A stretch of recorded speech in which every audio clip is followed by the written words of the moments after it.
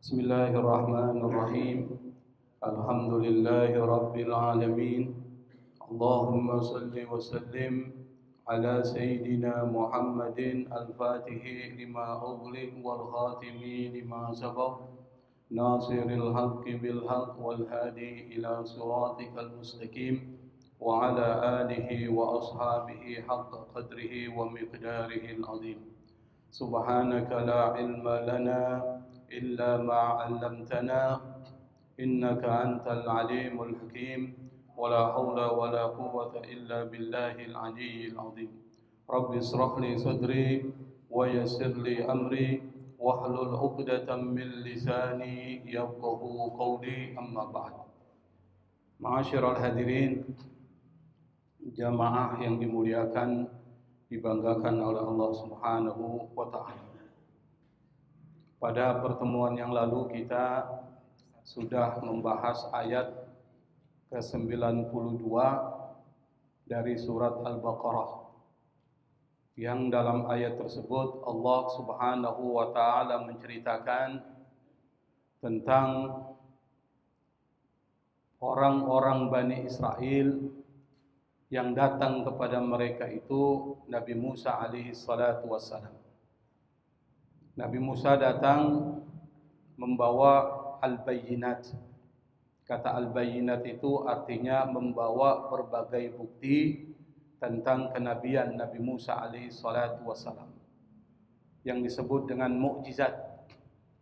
Yang kita sudah membahas ada 9 mukjizat yang diberikan Allah Subhanahu wa taala kepada Nabi Musa.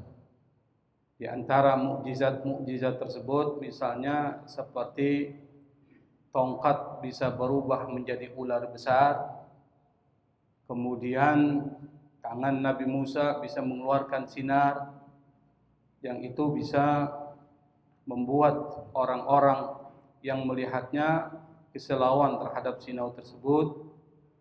Nabi Musa alaihi salatu wassalam juga pernah meminta kepada Allah supaya diturunkan bencana kepada orang-orang yang melakukan penindasan kepada Nabi Musa dan Bani Israel dalam bentuk misalnya belalang, kemudian katak dan lain sebagainya. Tetapi setelah bukti-bukti itu diperlihatkan Allah Subhanahu wa taala kepada orang-orang pengikut dari Nabi Musa alaihi salatu wassalam, yaitu Bani Israel, malah mereka melakukan tindakan kemusyrikan. Apa tindakan kemusyrikan itu?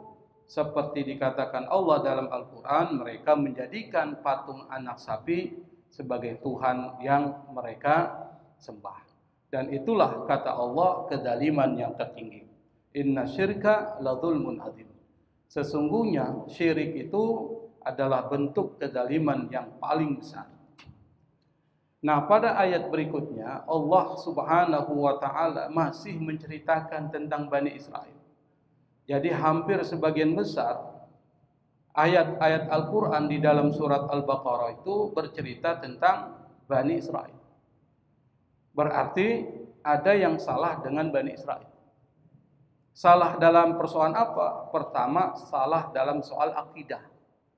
Dan ini fatal. Yang kedua, salah dalam persoalan suluk, yaitu akhlak. Dan ini juga fatal, karena akidah yang salah akan melahirkan akhlak yang salah. Makanya diceritakan Allah tentang Bani Israel tujuannya Anda, orang-orang Muslim, pengikut Nabi Muhammad SAW, harus ambil pesan moral itu.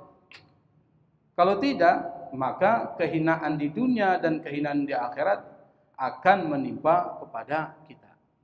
Dan kita sudah bahas tuh penyakit-penyakit apa yang menimpa orang-orang Bani Israel sampai mereka kufur kepada Allah Subhanahu wa taala. Nah, pada ayat ke-93 Allah Subhanahu wa taala berfirman, A'udzu billahi minasyaitonir rajim. Bismillahirrahmanirrahim.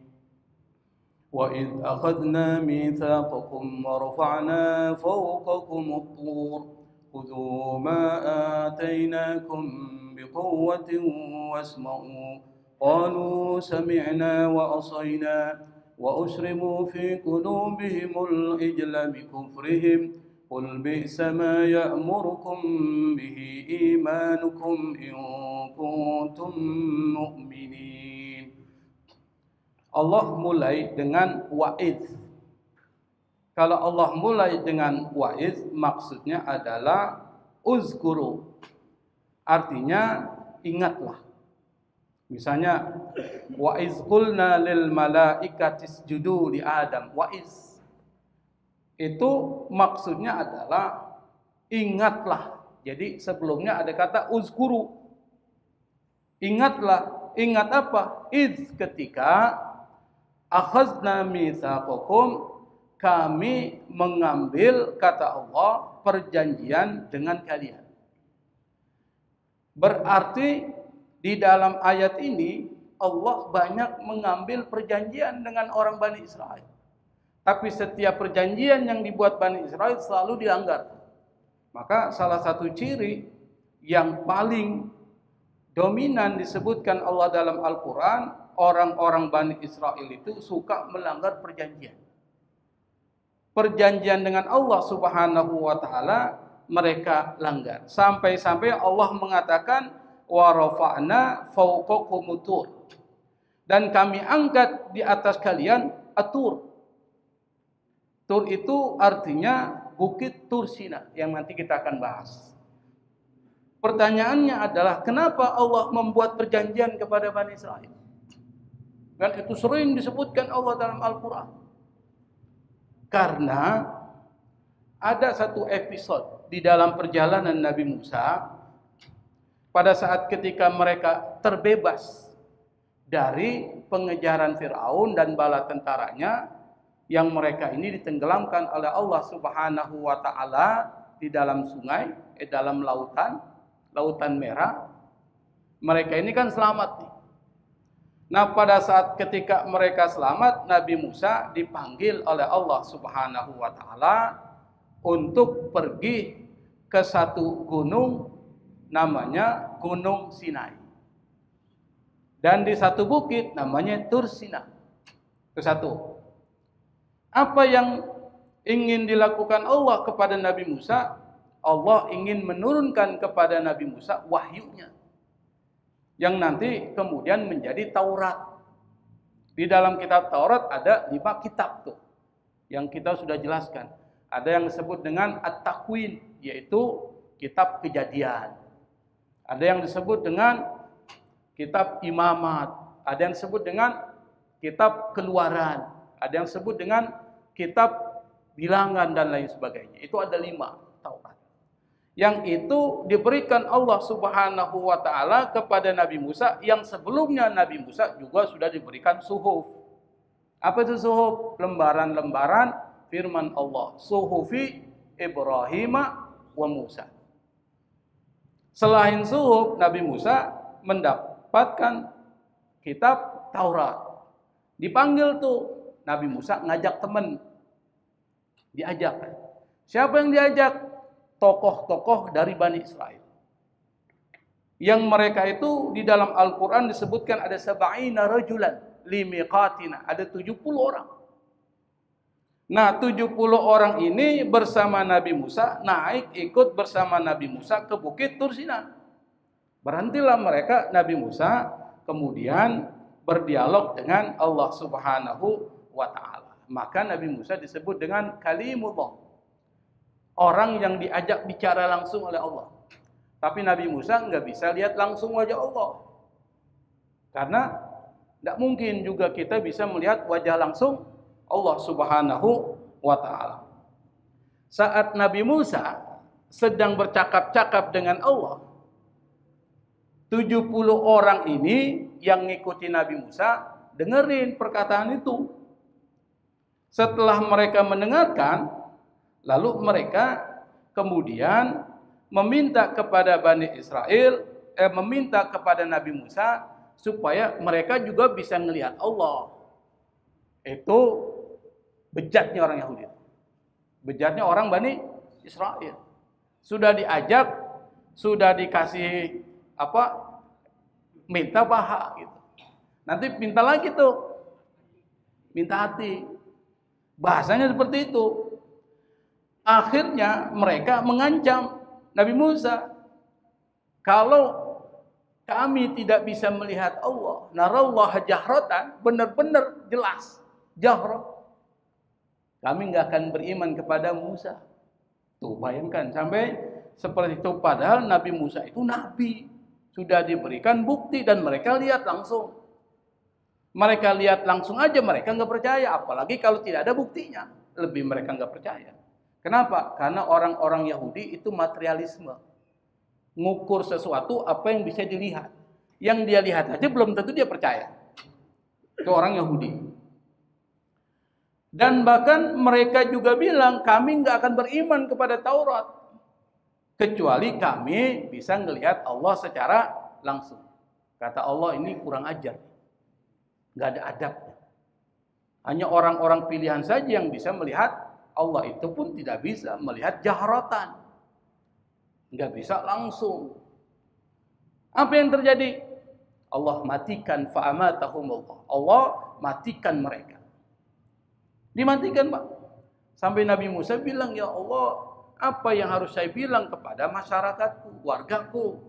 Saya pergi dengan 70 orang, saya pulang sendiri. Nanti kalau ditanya, saya mau bilang apa? Hidupin lagi ya Allah. Dan Nabi Musa tuh hatinya lembut. Meskipun badannya kekal, tapi hatinya lembut. Kepada siapa? Kepada para pengikutnya. Akhirnya Allah hidupin lagi tuh 70 orang. Setelah Allah hidupkan, kemudian Allah buat perjanjian. Yang ini yang terjadi. Wa id akhadna mitsaqakum, ingatlah ketika kami, kata Allah, mengambil perjanjian kepada kalian. Wa rafa'na fawqakumut tur, dan perjanjian itu bukan cuma bikin perjanjian tertulis, tetapi kata Allah, saya angkat gunung Tursina di atas kalian. Kalau kau tidak ambil ini perjanjian, saya timpahkan kepada kalian. Bayangkan sampai marahnya Allah itu. Wa rafa'na fawqakumut tur, kami angkat, rafa'na, kami angkat fawqakum, di atas kalian orang-orang Bani Israel apa? Atur. Anda bayangkan tur gedenya gimana, Pak? Kalau kamu tidak ambil ini perjanjian, saya timpahkan kepada kalian. Nah, para ulama tafsir beda pendapat itu. Ada yang berpendapat bahwa yang dimaksud dengan at-tur di sini adalah Tursina. Ini pendapat umum. Tapi ada yang mengatakan semua gunung yang ada di situ mau diangkat. Karena Tursina itu bukit. Wattini wazzaitun. Apa lagi? Watturi sinin. Tursina. Disebutkan oleh Allah dalam Al-Quran. Nah, kata para ulama yang dimaksud dengan kami mengangkat di atas kalian itu apa? Bukit Tursina itu maksudnya adalah yang pertama, kata seorang mufassir, awalnya gunung itu digoncangkan dengan kuat. Itu satu. Sehingga tercerabut akarnya dari dalam tanah. Lalu gunung itu melayang-layang di atas bagaikan awan. Siap untuk ditimpakan kepada Bani Israel. Jadi diangkat itu oleh Allah. Itu satu. Mereka ini saking takutnya, mereka sampai sujud di Bani Israel.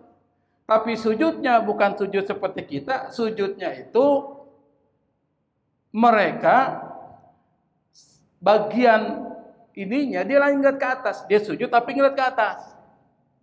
Maksudnya apa? Jangan-jangan ditimpahin oleh Allah. Seperti kita kalau sujud, tas kita mau hilang, mau dicuri orang, kita begini. Tuh. Sujudnya gitu, Pak. Ya, gimana tuh bahasanya apa tuh? Hah? Ngelirik ke atas, jadi ke atas dulu. Jangan-jangan gunung jatuh ke sini nih, pikirannya gitu. Nah, akhirnya orang-orang Yahudi itu kalau dia sujud, kata Syekh Sa'rawi, itu dia mengarahkan sebelah wajah ke bawah dan sebelahnya ke atas. Kenapa?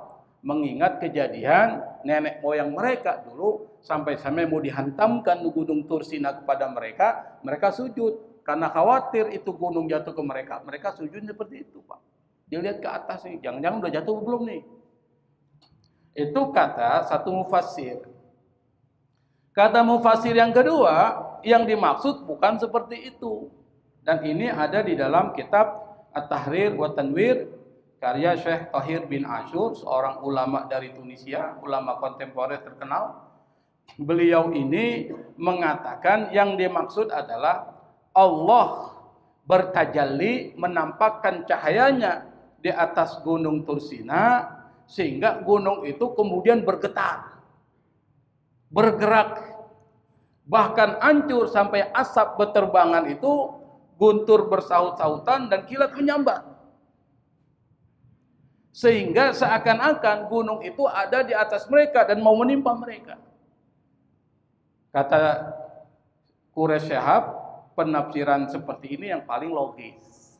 Kata Syekh Quraish. Tetapi apapun bentuk penafsiran tersebut, yang pasti di dalam Al-Quran secara literal kita bisa pahami Allah mengancam kepada Bani Israel sampai-sampai Allah angkat Bukit Tursina itu kepada mereka. Bapak bisa bayangkan Bukit Tursina itu seperti apa, Pak?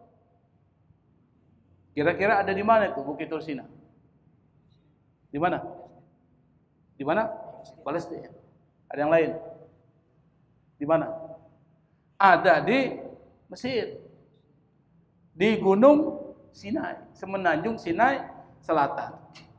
Dan di Semenanjung Sinai Selatan itu tidak ada pemukiman, tandus, gersang. Yang tumbuh adalah pohon cemara dan pohon palem, sangat gersang. Tetapi di kaki gunung, karena tidak ada pemukiman, yang ada itu cuma satu bangunan gereja. Kalau Bapak nanti punya kesempatan pergi umroh plus Mesir, jangan lupa pergi ke Gunung Sinai. Di situ ada tuh gereja namanya Santo Caterina, Saint Catherine. Cuma itu yang ada bangunan. Yang ada di Semenanjung Sinai Selatan di Bukit Tursina. Dan Nabi Muhammad SAW saat Isra Mi'raj sebelum menginjakkan kakinya di Baitul Maqdis, di mana Baitul Maqdis? Di Palestina. Berarti Palestina dengan Mesir jauh atau dekat? Perbatasan atau bukan? Perbatasan. Nah, sebelum sampai ke Baitul Maqdis, Nabi singgah di tempat-tempat tertentu untuk melaksanakan sholat sunnah 2 rakaat. Salah satu tempat yang dia sholat di situ adalah gunung atau Bukit Sinai. Berarti Bukit Sinai menjadi penting sebagai bagian dari sejarah Islam. Itu yang pertama. Nah, pertanyaannya apa? Adalah kira-kira apa materi perjanjiannya yang dilakukan antara Allah dan Bani Israel? Kalau ada perjanjian berarti ada materinya. Materi perjanjiannya itu adalah di sini disebutkan apa? Khudhu ma atainakum biquwwatin wasma'u. Khudhu dari akhadha, ambil. Akhadha itu mengambil. Khudhu, ambillah. Ma atainakum, apa yang kami berikan kepada kalian. Biquwwah, dengan kuat. Wasma'u, dan dengarkan. Maksudnya apa? Mereka itu disuruh berpegang teguh kepada kitab Taurat dan mengamalkan hukum-hukum yang ada dalam kitab Taurat. Kenapa? Karena mereka berkata kepada Musa, kami tidak akan beriman kepadamu ya Musa sampai kami melihat Allah dengan jelas, hatta narallaha jahratan. Itu satu. Dan kami tidak akan beriman kepada kitab Taurat. Maka perjanjian yang dibuat antara Allah dengan Bani Israel, pegang tuh kitab Taurat yang sudah kami turunkan kepada Musa dan amalkan. Tapi apa yang terjadi? Yu'minuna bi ba'din wa yakfuruna bi ba'd. Mereka beriman sebagian, mereka mengingkari sebagian. Itu artinya apa? Imannya itu enggak utuh, imannya itu setengah-setengah. Itulah orang Bani Israel.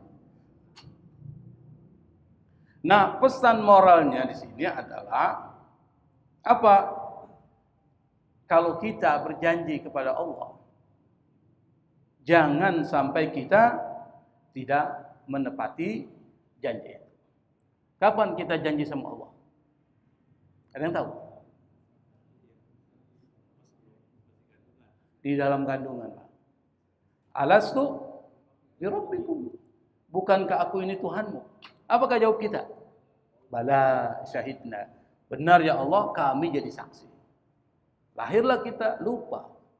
Kira-kira ada yang ingat nggak buat perjanjian dengan Allah di alam janin? Ada ya? Ada yang ingat Pak? Ada. Kalau Bapak ingat, Bapak wali banget itu. Nggak ada yang ingat, tapi Allah kasih ingat tuh. Di mana Allah kasih ingat? Di mana? Dalam Al-Quran. Nah, itu perjanjian pertama. Perjanjian kedua, Anda sholat. Kalau kita baca doa iftitah, apa yang kita baca? Inna sholati wa nusuki wa mahyaya wa mamati lillahi rabbil alamin. Sesungguhnya sholatku, apalagi hidupku, matiku, apalagi lillahi rabbil alamin. Semuanya itu hanya untuk Allah subhanahu wa ta'ala. Kita bikin perjanjian. Berapa kali kita bikin perjanjian satu hari? 5 waktu, 5 kali. Plus ditambah sunnahnya. Berapa sunnah yang kita laksanakan? Bacanya doa iftitah.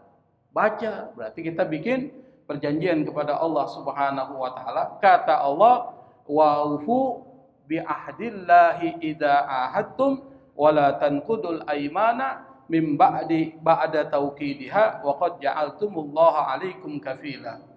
Di dalam surat An-Nahl ayat 91 Allah mengatakan wa aufu bi ahdillahi idza ahadtum. Penuhi, tepati janji yang kalian buat kepada Allah apabila kalian berjanji. Bagaimana kalau seandainya kita tidak menepati janji? Maka muncullah aturan fikih. Selain kita berdosa, ada aturan fikihnya untuk membebaskan diri dari dosa itu. Yang disebut dengan sumpah. Sumpah itu bahasa Arabnya yamin. Kalau kita bersumpah, lalu kita mengingkari sumpah itu, kita buat kepada Allah. Misalnya apa? Kita bilang, wallahi, demi Allah, saya akan bersedekah sebanyak 1 juta rupiah. Kira-kira dia bikin janji nggak tuh? Janji. Kenapa? Karena dia mengatakan dengan demi Allah. Tapi setelah diminta duitnya, nggak mau dikeluarin. Melanggar nggak tuh janjinya? Melanggar. Dosa nggak Pak? Dosa. Tetapi ada kafaratnya. Yaitu yang disebut penghapus dosanya. Nanti kita jelaskan di dalam fikih ada. Atau kita bilang, saya bersumpah demi Allah, saya tidak akan menipumu. Ternyata waktu terjadi jual beli motor, ditipu dia tuh.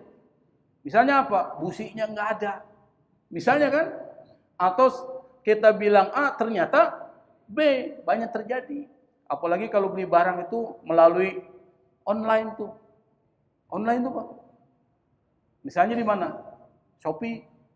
Atau di Tokopedia. Bagus kita lihat itu rinciannya. Pas datang Pak. Waduh.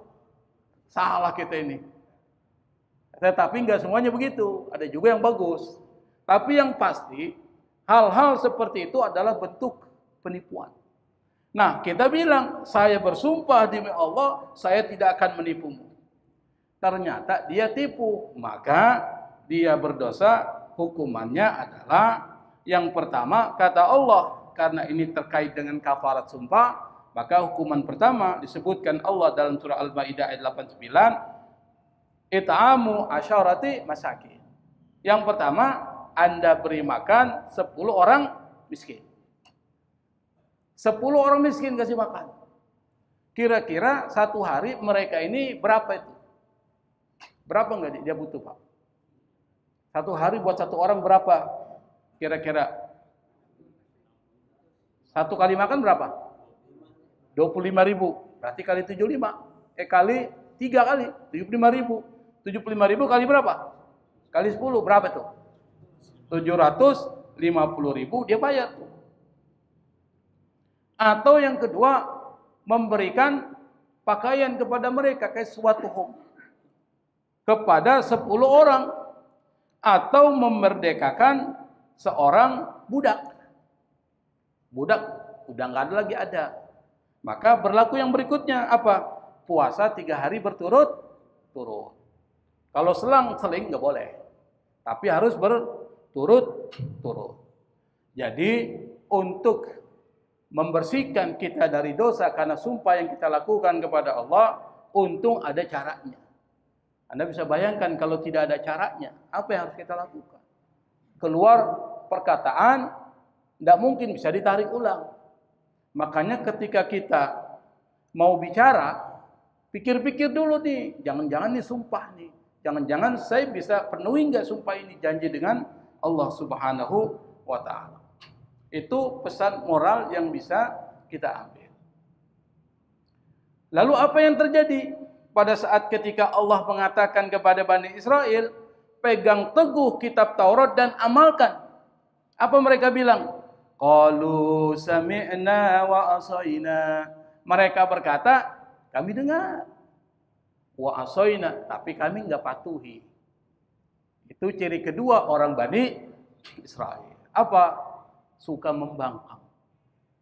Yang pertama, melanggar janji dengan Allah. Yang kedua, keras kepala, membangkang. Dengan nada menghina dan mengejek Allah Subhanahu wa Ta'ala. Maka tidak heran kalau kita lihat misalnya orang-orang Israel modelnya seperti itu. Keras kepala, dibilangin, siapa kamu? Saya lebih tinggi daripada kalian. Itu yang disebut dengan sombong. Makanya karakter orang Yahudi selain sifat hasad adalah sifat sombong. Dan itu semua penyakit hati, Pak. Makanya kata Allah dalam Al-Quran, wa usribu fi qulubihimul ijla bi kufrihim. Wa usribu dari kata asyroba. Asyroba itu fiil rubai 4. Ada 4 huruf tuh. Akar katanya syariba. Kata syariba artinya apa? Minum. Ditambah dengan huruf hamzah, asyroba. Asyroba. Di dalam bahasa Arab, ziyadatu harfin tadullu ala ziyadatil makna. Tambah 1 huruf, tambah makna. Berarti kalau syariba itu minum, asyroba meminumkan. Jadi pahami nggak, Pak? Kalau belajar nahwu bisa muntah-muntah juga, Pak ya. Belajar bahasa Arab muntah-muntah juga itu. Meminumkan. Jadi menggunakan kata minum. Wa usribu, mereka diminumkan. Diminumkan apa? Fi qulubihim. Artinya kalau minum di mana, Pak? Di mulut. Ini kok di hati? Fi qulubihim. Dalam hati mereka. Bahasa Arab tingkat tinggi. Diminumkan di dalam hati mereka apa? Al-ijla. Kecintaan kepada patung anak sapi.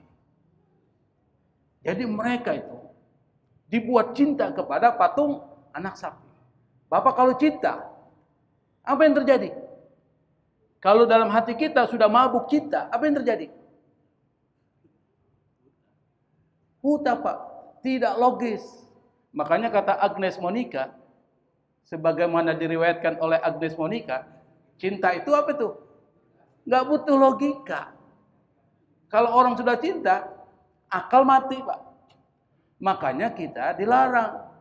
Kalau cinta kepada orang jangan berlebihan. Boleh jadi yang kau cintai akan jadi musuhmu.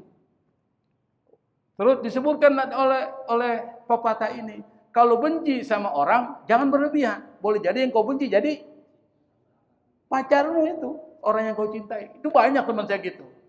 Benci sama dia, ternyata kawin sama dia. Banyak yang terjadi, Pak. Kenapa? Nggak tahu apa yang terjadi kan. Yang pasti di awalnya dia kata-katain, dia goda-goda, pokoknya dia maki-maki. Ternyata kawinnya dengan dia. Boleh jadi yang kau tidak sukai itu akan jadi kekasihmu. Maka ada kata itu, ahbib habibaka haunan ma. asa ayyakuna bagiduka yauman ma. Cintai orang yang kau cintai sekedarnya. Boleh jadi yang kau cintai akan jadi musuh. Terus apa disebutkan? Abghid bagiduka haunan ma. Asa ayyakuna habibaka yauman ma. Bencilah orang yang kau cintai sekedarnya. Boleh jadi orang yang kau benci akan menjadi habibaka yauman ma. Kekasihmu pada suatu saat. Makanya cinta itu harus logis. Jangan cinta buta. Kalau cinta buta seperti orang Bani Israel ini. Dia mau salah, tetap benar. Pokoknya kalau dia yang ngomong, meskipun dia ngomong salah, tetap benar. Itu karena cinta, Pak. Maka disebutkan di dalam hati mereka itu ditanamkan cinta kepada patung anak sapi. Bapak pernah dengar ceritanya tentang Siti Zulaiha kepada Nabi Yusuf. Karena cintanya sudah berlebihan, qad saghafaha hubba, kata Allah, cintanya udah di atas ubun-ubun nih. Maka dia berusaha bagaimana caranya Nabi Yusuf itu bisa dia tarik, bisa digoda. Apapun dia lakukan. Sampai seperti itu. Itu orang yang cinta. Makanya di sini digunakan kata hati. Kenapa? Kalau hati bagus, maka yang keluar yang bagus. Tapi kalau ditanamkan di dalamnya yang buruk, maka yang keluar yang buruk. Itu hati. Di dalam hadis Nabi disebutkan, ada aduwika nafsuka allati baina jambik. Musuhmu yang paling dahsyat, yang paling sengit itu adalah hawa nafsu yang ada dalam hatimu. Hati. Di dalam hadis Nabi disebutkan, hati itu menggerakkan perbuatan. Hati. Dia seperti kalau mobil apa itu? Starter tuh. Starter tuh, Pak. Kalau starternya rusak, mobil jalan enggak? Enggak. Itu hati tuh. Kalau hatinya rusak, setengah mati tuh. Kata Imam Al-Ghazali, hati itu seperti cermin. Bapak lihat cermin.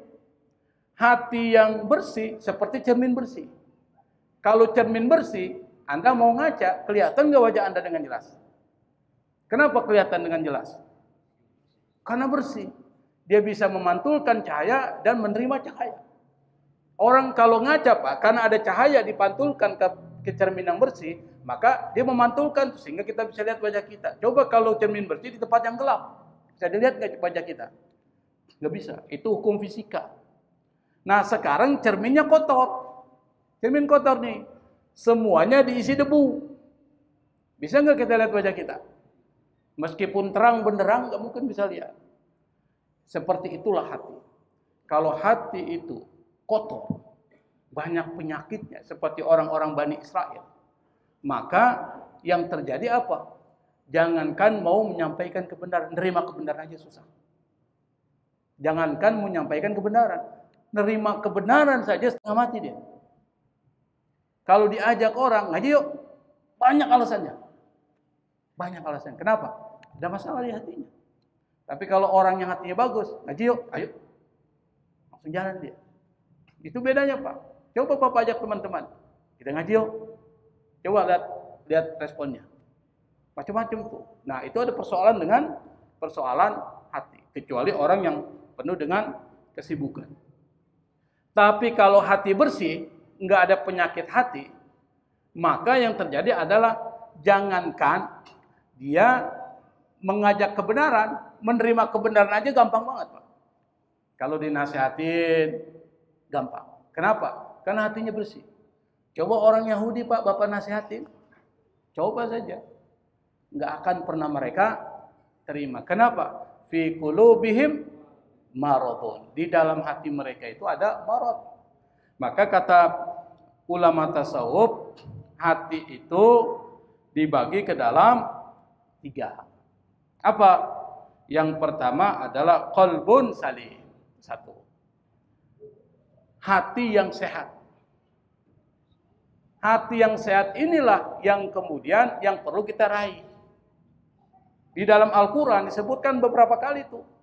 Nah, salah satunya adalah yauma la yanfa'u malun wala banun illa man atallaha biqalbin salim. Di akhirat itu nanti enggak bermanfaat harta yang kita kumpulkan, anak yang kita banggakan, kata Allah, illa man atallaha biqalbin salim, kecuali orang yang datang kepada Allah dengan hati bersih. Hati bersih itu maksudnya apa? Hati ini nggak ada penyakitnya. Kalau orang hatinya bersih, nggak ada dosanya. Kalau orang nggak ada dosanya, maka tepatnya di mana? Surga, bertemu dengan Allah Subhanahu wa Ta'ala. Itu hati yang bersih. Sewaktu-waktu nanti kita akan bahas gimana caranya kita bisa membersihkan hati. Insya Allah kalau ada tentang tafsir Al-Quran, persoalan hati kita akan bahas. Karena waktu kita nggak banyak. Yang kedua, qalbun marid. Qalbun marid ini qalbunnya orang beriman tetapi bermasalah. Tapi yang paling parah adalah qalbun mayyit. Hati yang sudah mati. Bapak mau tanam apapun di tanah yang sudah mati nggak akan tumbuh. Yang seperti ini adalah hatinya orang-orang kafir dan hatinya orang-orang munafik. Tapi kalau orang beriman yang maksiat, hatinya masih marid. Apa itu marid? Sakit. Kalau sakit bisa disembuhin nggak? Masih bisa. Nah, untuk menyembuhkan hati yang sakit itu ada caranya. Apa? Yang pertama, taubat kepada Allah Subhanahu wa Ta'ala. Orang yang taubat dari dosanya seperti nggak ada dosanya. Taubat itu maksudnya apa? Taubat kepada Allah karena dosa-dosa kita kepada Allah, dan taubat kepada Allah karena dosa kita kepada makhluk. Kalau dosa kepada Allah, no problem. Misalnya kita nggak sholat, pada saat ketika kita balik tuh, kan pasti nggak semuanya kita bisa sholat itu 5 waktu. Kecuali kalau udah kawin mungkin lengkap sholat kita kan. Tapi kalau belum kawin itu biasanya masih labil tuh. Berarti Anda banyak sholat yang ditinggalkan. Maka minta ampun sama Allah. Caranya gimana? Menyesal tidak akan lagi meninggalkan sholat dan mengkodok semua sholat yang pernah kita tinggalkan dan kemudian mengisi dengan kebaikan. Itu kalau dosa sama Allah. Gampang. Makanya kalau ada waktu-waktu luang Pak, misalnya kita nggak ada kesibukan, pergilah ke masjid, kita kodok semua sholat kita. Apa itu? Sholat subuh. Kita datang habis sholat subuh, selesai di sini ada waktu duha. Sholat subuh pernah kita paling banyak tuh sholat subuh itu. Kodok tuh satu. Tambah lagi kodok lagi sholat zuhurnya. Tambah lagi sholat asarnya, maghribnya dan isyanya. Boleh nggak dikodok pada waktu duha? Boleh. Bukan harus nunggu kodok maghrib di sholat di waktu maghrib, tidak harus. Tapi kita kodok semua itu Pak. Itu dosa kepada Allah. Kalau kita pernah nggak puasa, kita kodok puasa itu. Tapi kalau kita berdosa sama makhluk manusia, itu persoalan. Misalnya kita pernah nyakitin hatinya, belum kita minta maaf.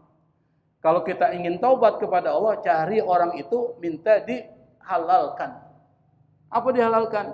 Yang pernah kita lakukan kepada dia. Atau kita pernah ngambil barangnya, kita jalan tiba-tiba masih udah balik nih Pak, ada pohon mangga, ada buah mangga, kita ambil tuh masih kecil dulu, tapi udah balik nih, kita ambil kita bawa pulang tuh. Nah itu minta dihalalkan tuh Pak.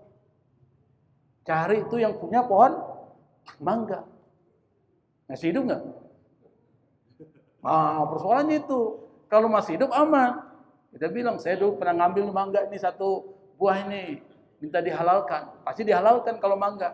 Tapi kalau Bapak ambil motor, nah itu nggak mungkin dihalalkan. Kembaliin dulu. Kalau udah kembalikan baru saya kasih maaf.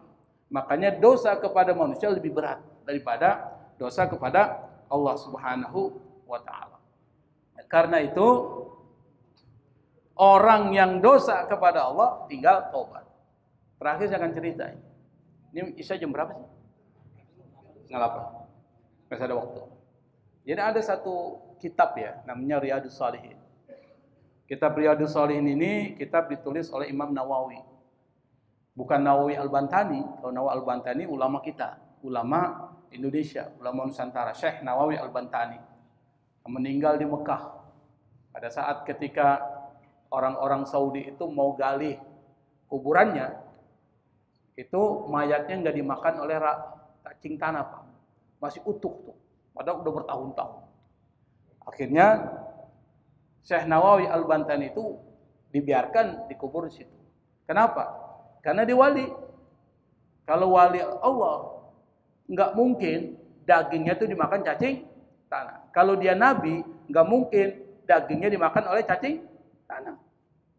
Makanya makam-makam para nabi kita banyak nggak tahu tuh. Nabi Musa, Nabi dan sebagainya kita nggak tahu, kecuali Nabi Muhammad SAW. Tapi Anda tahu nggak, apakah Nabi Muhammad SAW itu di dalam kuburnya jasanya utuh atau tidak? Nggak tahu, tapi kita yakin Nabi itu nggak akan dimakan oleh cacing tanah. Maka kemudian dijaga, jangan sampai ada orang yang ingin buktikan itu. Dijaga itu. Nah, Imam Nawawi ini beda dengan Syekh Al-Albani. Dia punya kitab Riyadhus Shalihin. Di situ ada satu hadis di dalam bab taubah, Pak. Dan saya sering mengulang-ulang ini supaya jadi pelajaran buat kita. Ada seorang dari Bani Israel, perbuatannya itu selalu maksiat kepada Allah Subhanahu wa taala. Enggak pernah ada kebaikan yang dia lakukan. Pada zaman Bani Israel, zaman dulu. Rasulullah cerita, orang ini tiba-tiba mau taubat. Lalu dia tanya kepada masyarakat, ke siapa? Dia harus taubat. Dia harus cerita, dia harus curhat. Kata para masyarakat, coba kau pergi kepada seorang ahli ibadah. Dia ibadahnya luar biasa. Datanglah ke dia. Dia cerita, saya ini sudah bunuh 99 orang. Kira-kira taubat masih terbuka enggak tuh? Kata orang ahli ibadah yang ilmunya enggak banyak, Pak. Dia bilang, dosamu ini udah kebanyakan. Enggak ada lagi pintu taubat terbuka buat kamu. Akhirnya dibunuh, Pak, jadi 100. Genap 100 orang dia bunuh. Lalu dia tanya lagi sama masyarakat, kira-kira ke siapa saya harus mengadu nih, curhat. Kata masyarakat, coba kau pergi kepada seorang ulama dari Bani Israel sana. Pergilah dia. Karena dia berilmu. Ketika orang itu bilang sama ulama itu, dia bilang, saya ini sudah bunuh 100 orang. Kira-kira pintu taubat masih terbuka enggak? Apa kata dia? Apa yang menghalangimu antara engkau dengan Allah? Selama ruh belum sampai kerongkongan, taubat masih terbuka. Senang dia, Pak. Akhirnya dia bilang, saya mau taubat. Tapi kata ulama itu, dia bilang, kalau Anda taubat jangan tinggal di tempatmu. Karena tempatmu ini tempat maksiat. Kalau kau taubat, kau bisa kembali lagi ke tempat itu. Kau harus hijrah. Pindah. Pindah kemana? Kau harus pindah di tempat di mana kebaikan itu banyak. Akhirnya ditunjukkanlah oleh ulama Bani Israel itu tempat itu. Pergilah dia. Dalam perjalanan, Pak, tiba-tiba di pertengahan meninggal dia. Ini kata Rasulullah cerita.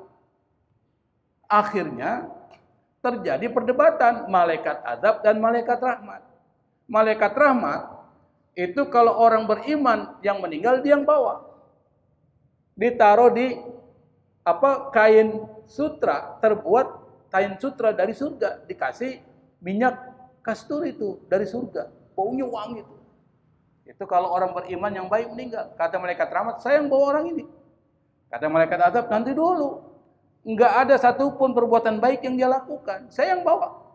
Terjadi perdebatan, Pak. Allah turunkan seorang malaikat yang diserupai wajah manusia menjadi mediator untuk menengahi konflik antara malaikat azab dan malaikat rahmat. Kata mediator ini, ukur aja antara jarak dari tempat dia berasal dengan tempat yang dia tuju. Kalau ternyata lebih dekat ke tempat yang dituju, malaikat rahmat yang bawa. Kalau ternyata lebih dekat kepada tempat di mana dia berasal, malaikat azab yang bawa. Kalau malaikat azab yang bawa berarti tempatnya di mana? Sijin. Wa ma adraka ma sijin. Apa itu? Kitabum marqun. Itu tempat di mana tempat yang hina, di paling bawah. Tapi bagi orang yang beriman ditempatkan di illiyin. Wa ma adraka ma illiyun. Kitabum marqum yashhaduhul muqarrabun. Dia diperhatikan dengan malaikat-malaikat yang dekat dengan Allah Subhanahu wa ta'ala, berarti di atas. Tempatnya di situ ruhnya. Ternyata pas diukur, Pak, jarak ke tempat yang dituju sejengkal lebih dekat ke situ. Jadi kalau dihitung sejengkal saja, sejengkal, itu lebih dekat ke tempat yang dituju. Kata malaikat rahmat, saya yang bawa orang ini, saya masukkan ke dalam surga. Artinya apa? Nabi mengatakan, at-taibu minadz dzambi kaman la dzamba lahu. Orang yang tobat dari dosanya seperti enggak ada dosanya. Makanya sebelum kita pulang menghadap Allah Subhanahu wa taala, maka cepat-cepat taubat. Wasari'u ila magfiratim mir rabbikum. Segeralah engkau mencari ampunan Tuhanmu, taubat kepada Allah Subhanahu wa taala. Saya pikir ini kajian untuk ayat 93, meskipun belum selesai kita bahas, insyaallah nanti kita akan lanjutkan karena waktu kita sangat terbatas. Wallahul musta'an. Wassalamualaikum warahmatullahi wabarakatuh.